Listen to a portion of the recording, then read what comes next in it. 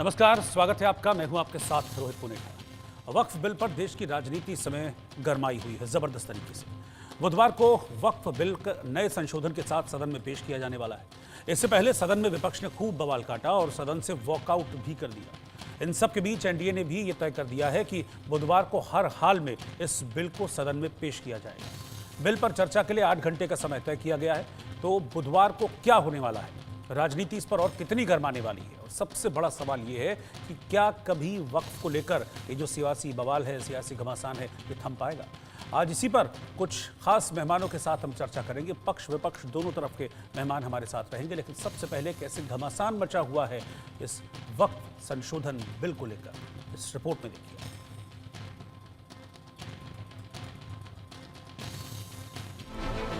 बाजी करने के लिए सदन नहीं है।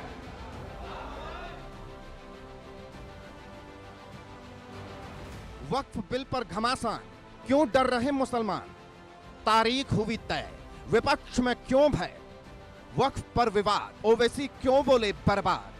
सरकार का बड़ा कदम, 20 घंटे बाद वक्फ का वक्त खत्म। भारत की राजनीति में घमासान मचा है, बयानों के तीर चल रहे हैं, आरोप प्रत्यारोप का दौर जारी है और इस घमासान का केंद्र बिंदु है वक्फ बिल। चाहे तमाम विरोध हो, चाहे कितने ही धरने प्रदर्शन हो, लेकिन यह तय हो गया है कि वक्फ बिल 14 संशोधनों के साथ सदन के पटल पर पेश किया जाएगा। मामला क्या है, आप भी समझ लीजिए। वक्फ बिल को लेकर जेपीसी ने 14 संशोधन सुझाए हैं। बुधवार दोपहर 12 बजे बिल को सदन में पेश किया जाएगा। बिल पर बहस के लिए 8 घंटे का समय तय किया गया है। सभी सांसदों की मौजूदगी सुनिश्चित करने के लिए बात चल रही है। ज्यादातर अपोजिशन पार्टी के लोग 12 घंटे का मांग किया, तब बीच में 8 घंटे का चर्चा का समय तय किया गया और ये भी स्पीकर साहब ने कहा कि 8 घंटे चर्चा का समय दिया है, जिसको बढ़ाया जा सकता है, लेकिन हाउस का सेंस लेकर के। चर्चा तो हमेशा ऐसे होते हैं। करने के लिए सदन नहीं भारी है। हंगामे, तमाम विरोध प्रदर्शन के बाद आखिरकार ये तय हो गया है कि बुधवार को वक्फ संशोधन बिल पेश होगा। इसे लेकर विपक्ष पहले से ही हमलावर है। ओवैसी समेत तमाम विपक्षी दलों के नेताओं ने आरोप मढ़ दिया है कि सरकार विपक्ष से जुड़े मुद्दों को लेकर गंभीर नहीं है। एनडीए की गवर्नमेंट, जिसको चंद्रबाबू नायडू, नीतीश कुमार, चिराग पासवान और जयंत चौधरी सपोर्ट कर रहे हैं, ये वक्फ बिल अनकॉन्स्टिट्यूशनल है। ये वक्फ बिल आर्टिकल 14, आर्टिकल 25, 26, 29 का ग्रेव वायलेशन है। ये वक्फ बिल नहीं है, बल्कि ये वक्फ बर्बाद बिल है ये। और अगर चंद्रबाबू नायडू, नीतीश कुमार, चिराग पासवान, जयंत चौधरी इसकी तायीद करेंगे, तो वो अपने पॉलिटिकल रीजंस की वजह से या जो भी उनके है नैरो रीजन तायीद कर रहे हैं नरेंद्र मोदी सरकार की। हम तो वॉकआउट करके आए हैं, उनका मन में क्या है अब वो जाने। आदरणीय, हम आशा करेंगे कि आदरणीय अध्यक्ष महोदय सब चीज का संज्ञान रखेगी। पूरा देश आज देख रहा है कि किस प्रकार से लोकसभा में धीरे धीरे आज लोकतंत्र की आवाज को कुचला जा रहा है। नहीं, वक्फ बोर्ड के खिलाफ हैं हम लोग। इसलिए खिलाफ हैं क्योंकि भारतीय जनता पार्टी हर जगह हस्तक्षेप करना चाहती है। भारतीय जनता पार्टी हर जगह अपना कंट्रोल चाहती है। सर, साथ ही जो अजमेर के हैं वो लोग सपोर्ट कर रहे थे, चिश्ती लोग, वो लोग कह रहे हैं कि इसको भ्रम फैलाया जा रहा है, ये सही है। ये भारतीय जनता पार्टी किससे क्या कहलवा दे, किससे क्या करवा दे, ये भारतीय जनता पार्टी का कमाल है। भले ही विपक्ष वक्फ बिल को लेकर सरकार पर हमलावर हो रहा हो, लेकिन बीजेपी के फायर ब्रांड नेता और यूपी के सीएम योगी आदित्यनाथ ने एक इंटरव्यू में साफ साफ कह दिया, वक्फ व्यक्तिगत स्वार्थ का अड्डा बन गया है। वक्फ बोर्ड ने कल्याण के काम नहीं किए, मेरे लिए राष्ट्र ही सबसे ऊपर है। उधर सरकार के रुख से नाराज होकर विपक्षी दलों के सदस्यों ने बिजनेस एडवाइजरी कमेटी की बैठक से वॉकआउट कर दिया।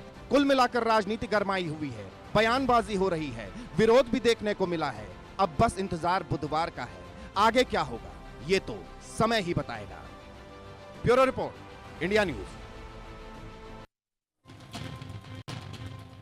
तो वक्फ को लेकर बड़ा लंबा ये बवाल चला, फिर जेपीसी इसमें बनाई गई। जेपीसी की कई सारी बैठकें हुई। इसमें कई अलग अलग दलों के लोग शामिल थे। इस पर चर्चा हुई। हालांकि विपक्ष ये आरोप लगाता है कि इस पर किसी भी तरह की कोई चर्चा हुई नहीं और सरकार अपनी मनमानी से इस वक्फ संशोधन बिल यानी कि वक्फ अमेंडमेंट बिल को अब टेबल करने जा रही है। इसकी कुछ इंपॉर्टेंट पॉइंट्स भी अभी तक निकल कर सामने आ रहा है, लेकिन सवाल यह है कि कल क्या होने वाला है, उससे पहले क्या हो रहा है उस पर चर्चा करने की जरूरत है। कल तो 8 घंटे का समय तय कर दिया गया है कि कल 8 घंटे इस पर चर्चा होगी और उसके बाद फिर देखते हैं इस पर क्या होगा। लेकिन विरोध अभी से नहीं, बहुत पहले से देखा जा रहा है। ईद पर भी विरोध देखा हमने, अलविदा जुमा की नमाज पर भी विरोध देखा। इससे पहले विजयवाड़ा में प्रोटेस्ट किया गया, बिहार में प्रोटेस्ट किया गया, दिल्ली में जंतर मंतर पर प्रोटेस्ट किया। दिल्ली में तो ये तक कह दिया गया था जंतर मंतर पर प्रोटेस्ट करते हुए कि हम शाहीन बाग पार्ट 2 की तैयारी कर रहे हैं।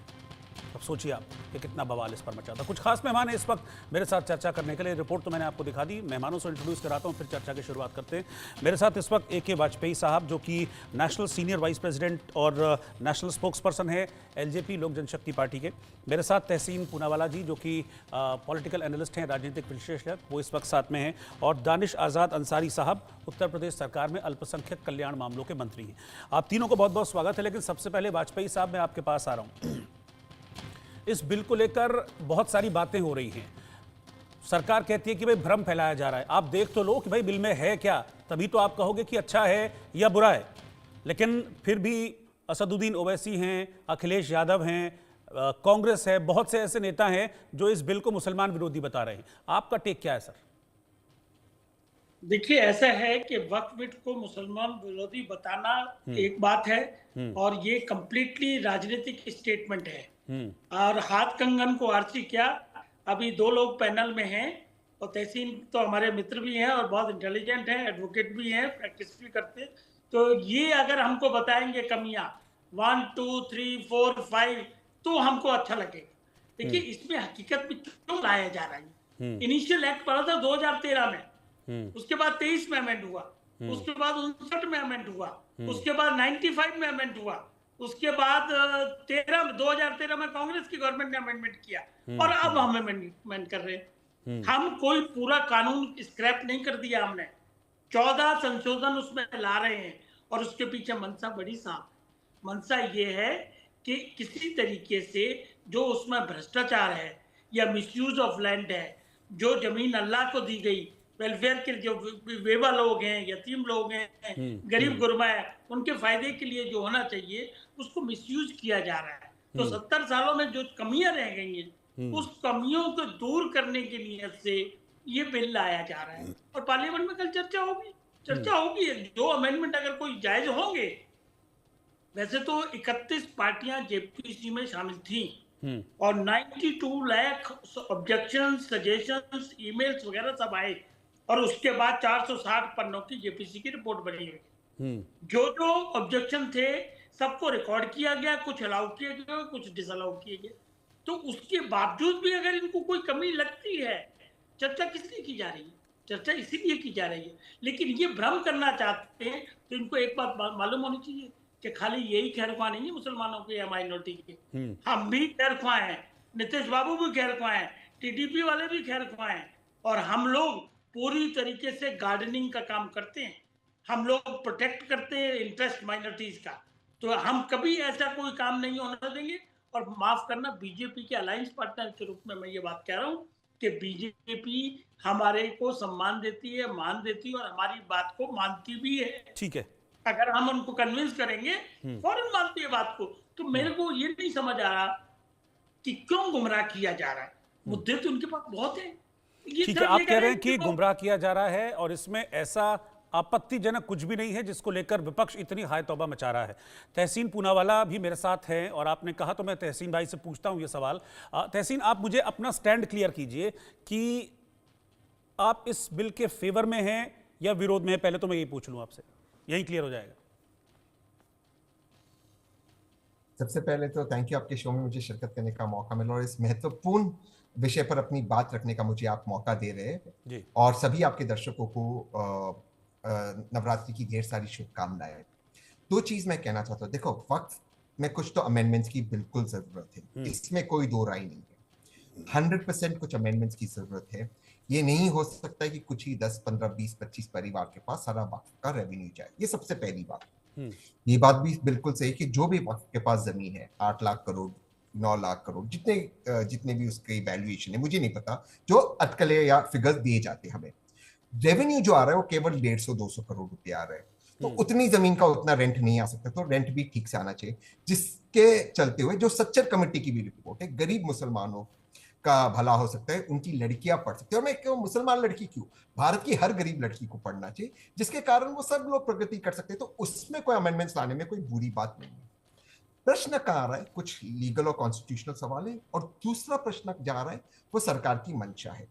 फिर यहां मैं कहूंगा, जैसे आगा खानी समुदाय है, पसमंदा है, भोरी, जिनके लिए सेपरेट वक्फ दिया जा रहा है, वो अच्छी बात है। लेकिन जिस तरह से जेपीसी में वक्फ बिल को जनवरी में आपने जेपीसी में एक ही दिन का समय दिया, 400 पेज की रिपोर्ट थी, सभी मेंबर को कहा आप एक दिन में पढ़ लीजिए, शाम को उसको आपने पास कर दिया, मेंबर्स को आपने पढ़ने का समय भी नहीं दिया। इतनी मेहनत हुई, जेपीसी की इतनी लंबी मीटिंग्स हुई, तो उनको पढ़ने का मौका देते। फिर जितने भी विपक्ष के अमेंडमेंट्स थे आपने उनको ऑन बोर्ड नहीं लिया। 44 अमेंडमेंट्स थे विपक्ष के, 14 अमेंडमेंट्स 14 अमेंडमेंट जो सरकार और एनडीए एलाइज की थी सारा लिया, क्योंकि 16-10 की मेजोरिटी थी। तो मुझे लगता है वो भी नहीं करना चाहिए। बहुमत है, लेकिन सबको अगर साथ लेकर, स्टेक होल्डर्स को साथ लेकर अगर बिल आएगा तो मुझे लगता है पास होगा। मुझे लगता है उसमें देश में सुधार होगा। आपका जवाब जो है, मतलब आपने बड़ा बैलेंस जवाब दिया है, कभी हाँ कभी ना वाला जो जवाब है ना, बड़ा बैलेंस आपने करने की कोशिश की। स्टैंड क्लियर नहीं हुआ कि हाँ आप फेवर में हैं या इसके अगेंस्ट में। खैर, दानिश आज़ाद जी भी मेरे साथ हैं, उत्तर प्रदेश सरकार में अल्पसंख्यक मामलों के मंत्री हैं, उनका भी एक टेक मैं लेता हूँ। दानिश साहब, अभी ईद पर हमने देखा कि all India Muslim personal law board है, उसकी तरफ से मैं तो फतवा ही कहूँगा कि फतवा जैसा जारी किया गया कि भाई सब काली पट्टी बांधकर इस वक्फ बिल का विरोध करो। मेरा सवाल यह है कि क्या इस फतवे के जरिए क्या प्रेशराइज किया जा रहा है, मुसलमानों को दबाव में डाला जा रहा है कि नहीं भाई तुमको विरोध करना है? सबसे अहम बात यह है कि ये जो विरोध कर रहे हैं, ये क्या वक्फ अमेंडमेंट एक्ट का विरोध है, या जो वक्फ की संपत्तियों पे उन्होंने अवैध कब्जे, जो पर्सनल लॉ बोर्ड के लोगों ने और कुछ खास लोगों ने वक्फ की संपत्तियों पे अवैध कब्जे बना के रखे हैं, अगर वक्फ अमेंडमेंट एक्ट आ जाता है तो उनको उन कब्जों को छोड़ना पड़ेगा, ये उसका विरोध है। ये देखिए, दरअसल कि जितना भी वक्फ अमेंडमेंट एक्ट का विरोध हो रहा है, ये विरोध केवल और केवल कुछ खास राजनीतिक दल और कुछ खास लोग कर रहे हैं। और ये खास लोग कौन है? जिन्होंने अब तक वक्फ के नाम पे अवैध कब्जे वक्फ बोर्ड की जमीनों पे किए हैं, जिन्होंने वक्फ की संपत्तियों का दुरुपयोग किया है, वही लोग इस अमेंडमेंट का विरोध कर रहे हैं। आप मुझे ये बात बताइए कि प्रधानमंत्री नरेंद्र मोदी जी के नेतृत्व में ये जो अमेंडमेंट आ रहा है, इस अमेंडमेंट में क्या कहा जा रहा है कि वक्फ की संपत्तियों पे जो इलीगल इंक्रोचमेंट है, उससे हम इनको इंक्रोचमेंट से मुक्त कराएंगे। तो इसमें क्या गलत है? इस अमेंडमेंट में ये कहा जा रहा है कि वक्फ के लैंड पे हम हॉस्पिटल्स और स्कूल बनाएंगे, जहां पर गरीब पिछड़े पासमानदा मुसलमानों को अच्छी शिक्षा और अच्छी स्वास्थ्य की व्यवस्था मिलेगी। तो इसमें क्या गलत है? इस अमेंडमेंट के माध्यम से, वक्फ अमेंडमेंट एक्ट के माध्यम से ये हम कह रहे हैं कि वक्फ बोर्ड की प्रॉपर ऑडिटिंग होनी चाहिए, प्रॉपर डॉक्यूमेंटेशन होना चाहिए। तो इसमें क्या गलती है? अगर वक्फ बोर्ड की संपत्तियों की, उसके आय की अगर प्रॉपर ऑडिटिंग होगी और उस ऑडिटिंग से निकल के जो आंकड़े सामने आएंगे, उसका हम मुस्लिम समाज के वेलफेयर के लिए इस्तेमाल करेंगे।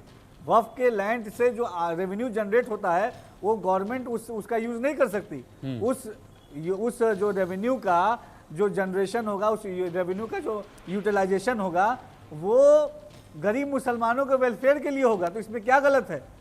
देखिए, ये लड़ाई वक्फ बोर्ड के जो खास लोग हैं, जिन्होंने वक्फ बोर्ड पे कब्जे बना के रखे हैं, उनके खिलाफ है। मोदी सरकार के साथ आम मुसलमान खड़ा है। मैं उत्तर प्रदेश में हूँ, उत्तर प्रदेश में 75 जनपद है, और मैं आपके चैनल के माध्यम से तमाम मुस्लिम भाइयों से अपील करता हूं कि वो अपने अपने जनपदों में सर्वे करें, उत्तर प्रदेश में सर्वे करें, हर जनपद में या देश में अलग अलग कोनों में सर्वे करें कि वक्फ बोर्ड की जो लैंड है, उत्तर प्रदेश का मैं एग्जांपल लेता हूं कि इन 75 जनपद में वक्फ बोर्ड की लैंड पे कितने हॉस्पिटल्स बने हैं, इन लैंड्स पे कितने स्कूल्स बने हैं, कितने पब्लिक वेलफेयर के लिए, मुस्लिम समाज के वेलफेयर के लिए ये लैंड इस्तेमाल हो